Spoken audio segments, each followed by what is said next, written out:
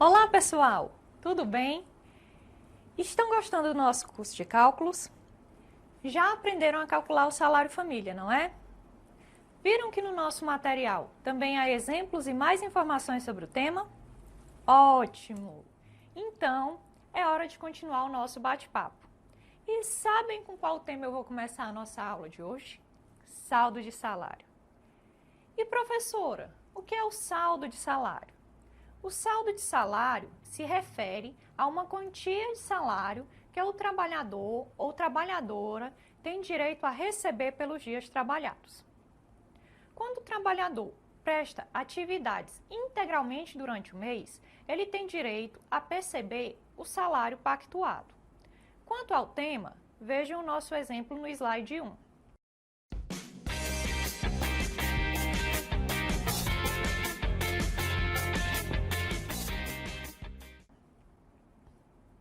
Quanto ao recebimento do salário integral, creio que não há nenhuma dúvida. É super tranquilo, não é verdade?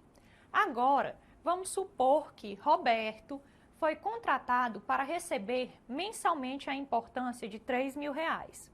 Mas seu contrato só se iniciou no dia 13 de setembro, tendo prestado serviços até o dia 30 de setembro. Ou seja, nesse caso, Roberto não receberá o salário integralmente, apenas um saldo.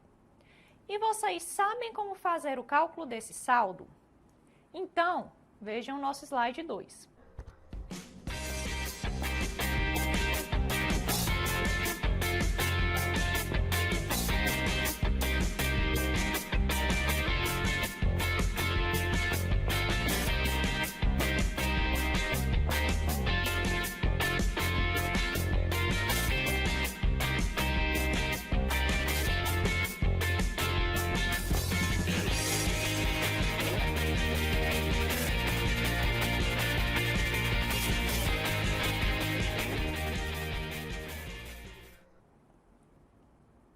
Notem que, como o Roberto não trabalhou a integralidade do mês, realizamos um cálculo simples de proporção.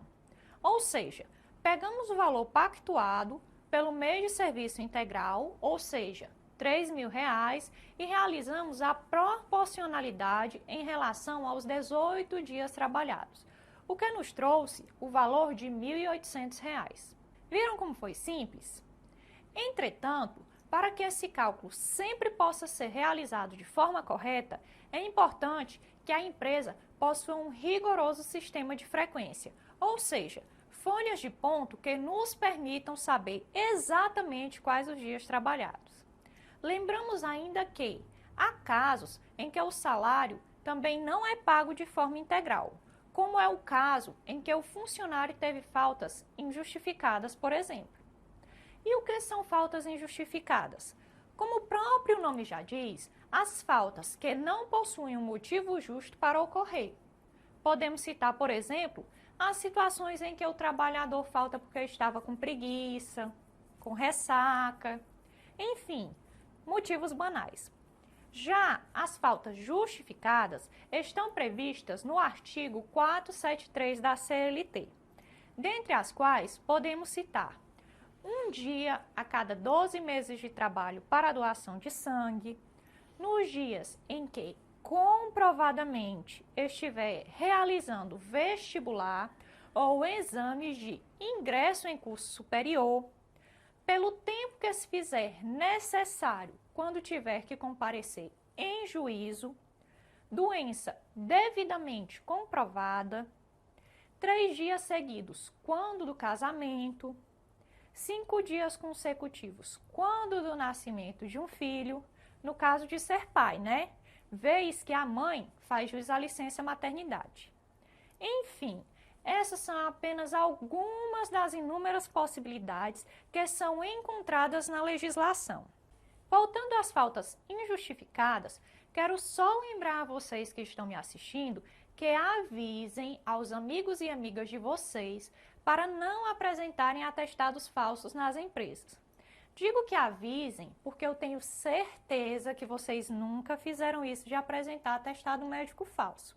Afinal, atestado falso é crime e gera demissão por justa causa.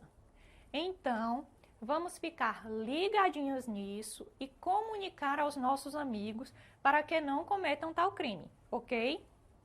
Agora que já sabemos calcular o saldo de salário, quero lhes apresentar algumas informações adicionais no que se refere ao salário propriamente dito, pois muita gente tem dúvidas quanto ao que realmente compõe o salário, ou seja, quais verbas e valores percebidos mensalmente pelo empregado são incorporados ao salário.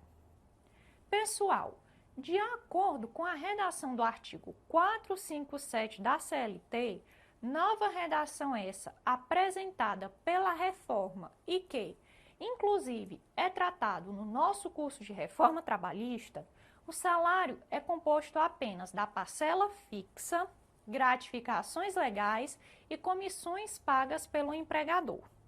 Sobre o tema, vejamos o nosso slide 3.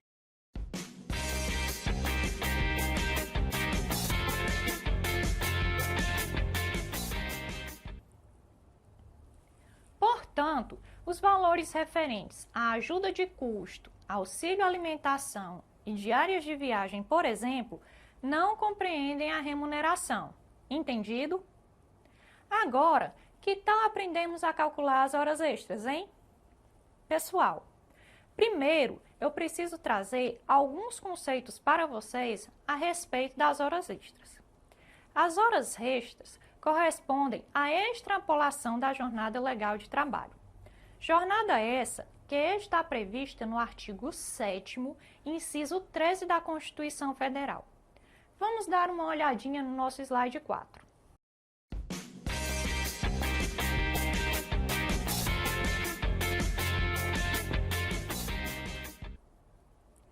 Isso quer dizer que, via de regra, o trabalhador ou a trabalhadora não pode desenvolver uma jornada de trabalho superior a 8 horas diárias e às 44 horas semanais, vez que é pacificado o entendimento de que uma jornada de trabalho superior à apresentada é prejudicial à saúde. Entretanto, temos que destacar que a CLT, em seu artigo 59, traz a possibilidade de a duração do trabalho diário ser acrescido de horas extras em número não superior a 2 diárias, bem como que esse tipo de pacto ou acordo pode ser feito por meio de acordo individual, convenção coletiva ou acordo coletivo. Mas vocês que estão aí nos assistindo, sabem qual o percentual da hora extra? Muito bem, pessoal. A remuneração de hora extra é de, no mínimo, 50% superior à hora normal. Ah, professor, até aí está tudo ótimo. O problema é que eu não sei calcular nem o valor da hora normal, quanto mais o valor da hora extra. Pois bem, chegou a hora de vocês aprenderem como fazer esse cálculo. Prestem muita atenção. Meus amigos e minhas amigas, sabem a dica de ouro? É aquela dica maravilhosa que vocês não podem perder de jeito nenhum? Pois então, eu vou explicar para vocês como descobrir de uma forma super prática o valor da hora normal, para que vocês possam fazer bem rápido o cálculo do valor da hora extra. Se vocês fizerem uma continha rápida aí nos rascunhos de vocês, chegarão à conclusão que um trabalhador que cumpre jornada de trabalho de 44 horas semanais desenvolve por mês 220 horas trabalhadas. Se não, vejamos o nosso slide 5.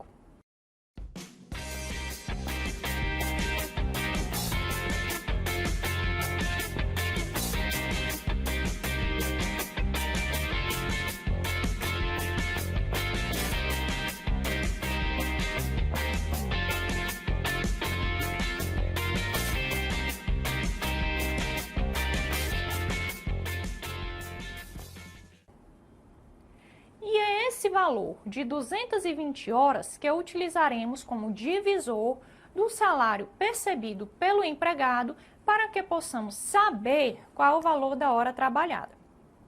Porém, Suponhamos que a jornada do trabalhador não seja de 8 horas diárias. Nesse caso, já fizemos o cálculo para vocês, modificando só o valor das horas semanais, obviamente, e apresentamos em uma tabela.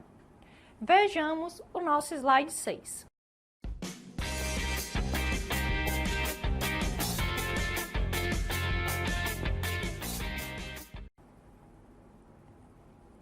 Destacamos que é muito raro que vocês encontrem questões de prova que exijam o conhecimento do cálculo de todas essas possibilidades de divisor de hora trabalhada. Mas, como o nosso público é bastante vasto, entendemos por bem em apresentar a tabela de jornadas e de divisores com o intuito de facilitar o estudo e o trabalho de vocês. Voltando ao cálculo de horas extras, agora que descobrimos o divisor que nos faz chegar ao valor da hora trabalhada, vamos ver um exemplo? Vejamos o nosso exemplo no slide 7.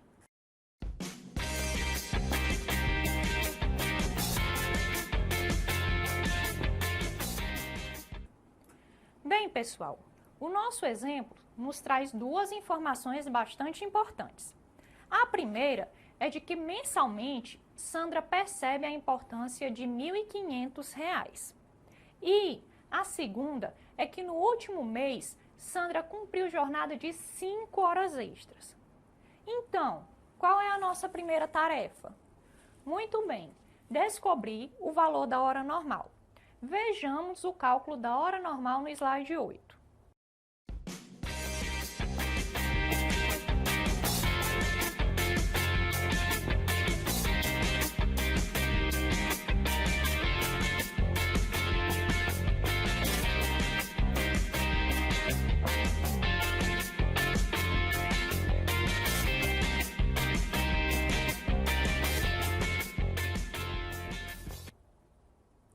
De acordo com o nosso cálculo, descobrimos que 1 hora de trabalho de Sandra equivale a R$ 6,81.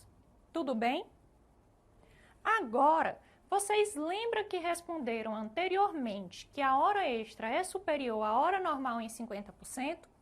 Pois bem, agora é só acrescentar a hora trabalhada em 50% e, posteriormente, multiplicar por 5, vez que foi a quantidade de horas extras desempenhadas. Vejamos o nosso slide 9.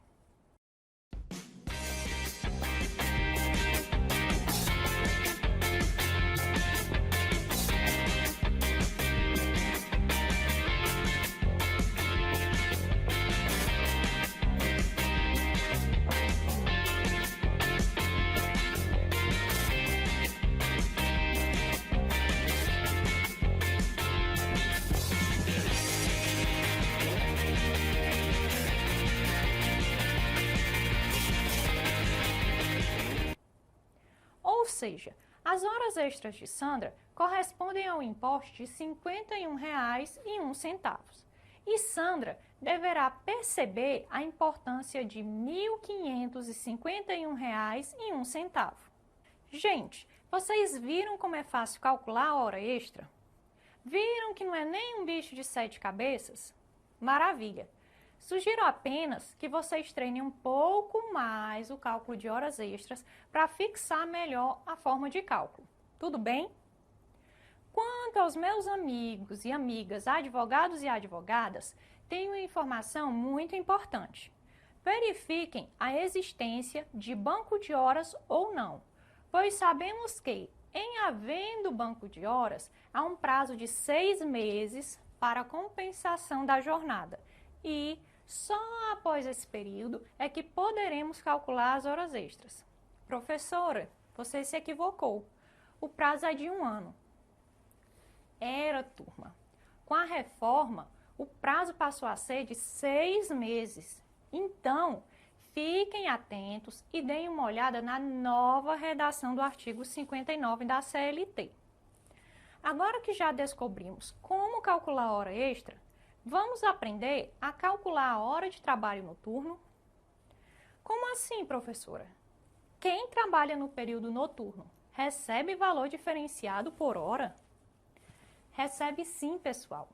Afinal, o trabalho noturno é entendido como mais danoso para a saúde do trabalhador e, consequentemente, deve ser remunerado de forma diferenciada.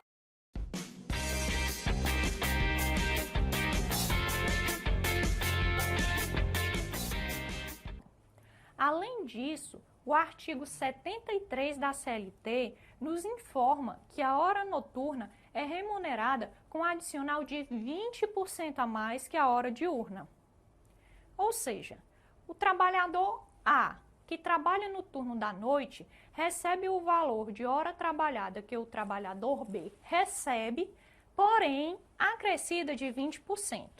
Vocês lembram que no começo da nossa aula aprendemos a calcular o valor da hora trabalhada? Pois, caso o funcionário da noite desempenhe a mesma função, conseguiremos saber o valor da hora de trabalho dele acrescentando 20% à hora de trabalho diurno. Ficaram confusos? Querem um exemplo? Então, vejamos o nosso slide 11.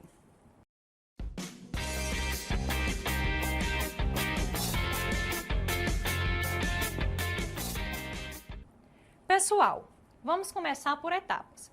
Primeiro, vamos ver quanto vale a hora de trabalho de Marcos, ok? Vejamos então o nosso slide 12.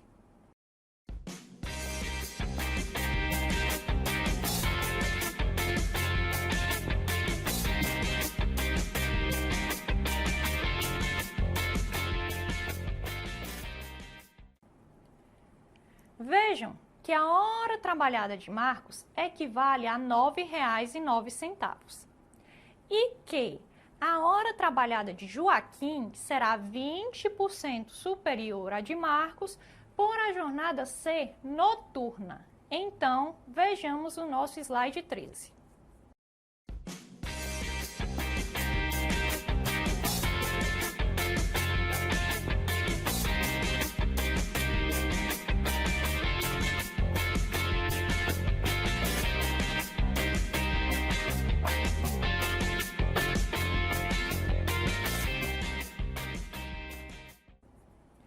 Agora que descobrimos que a hora trabalhada de Joaquim custa R$ 10,90, basta que façamos a multiplicação por 220 e obteremos o valor da remuneração mensal do mesmo.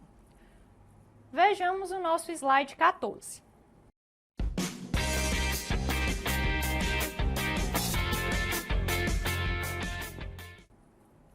Logo, Joaquim recebe a importância mensal de R$ 2.398. Muito fácil, não é? Vocês sabem qual horário de trabalho é considerado como noturno? Se engana quem pensa que o horário de trabalho noturno é um só. Na verdade, temos 4 tipos de jornada noturna. Vejamos o nosso quadro no slide 15.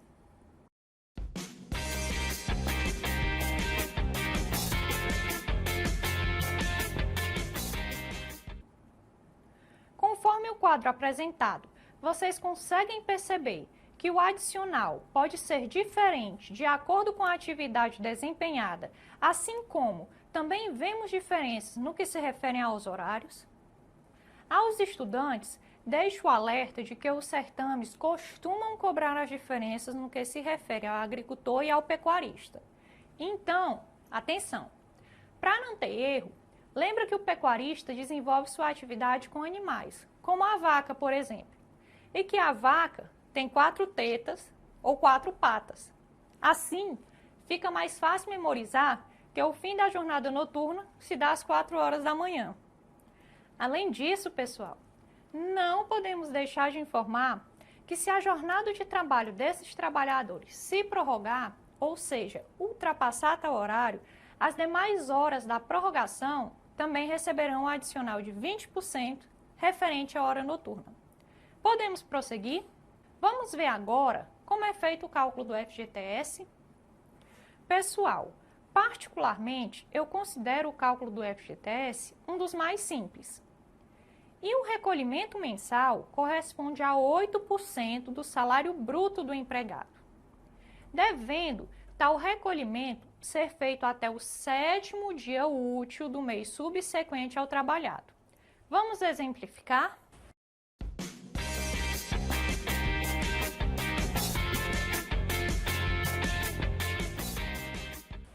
Pessoal, como já sabemos o valor do salário bruto e que o recolhimento é de 8%, basta fazermos um simples cálculo e verificar quanto é 8% de R$4.000, ou seja, R$320. Além disso, vale lembrar que, ao final do contrato de trabalho, caso o trabalhador não tenha dado motivos para a demissão, ele faz jus ao levantamento dos depósitos de FGTS referente a todo o contrato de trabalho, bem como a famosa multa dos 40%. 40% esse que é calculado com base em todos os depósitos que deveriam ter sido feitos durante o contrato.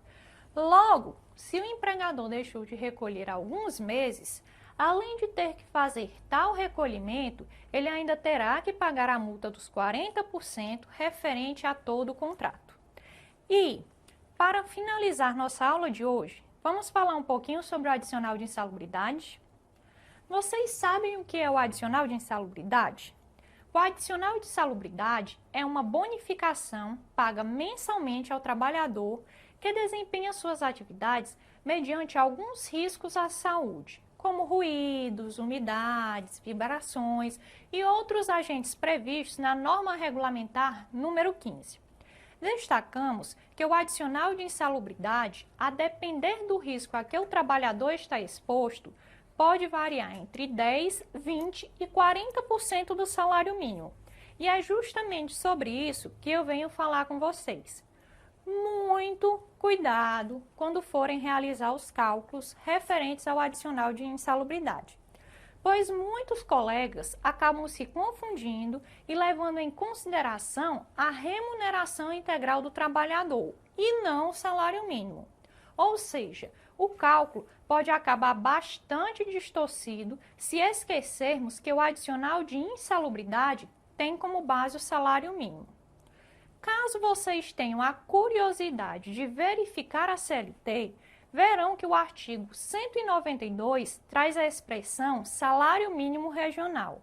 Entretanto, risquem tal expressão, vez que há muito tempo o salário mínimo foi unificado de modo nacional, ok? No material de apoio, vocês encontrarão mais informações a respeito desse tema. Espero vocês em nossa 4ª aula. Um forte abraço e até mais!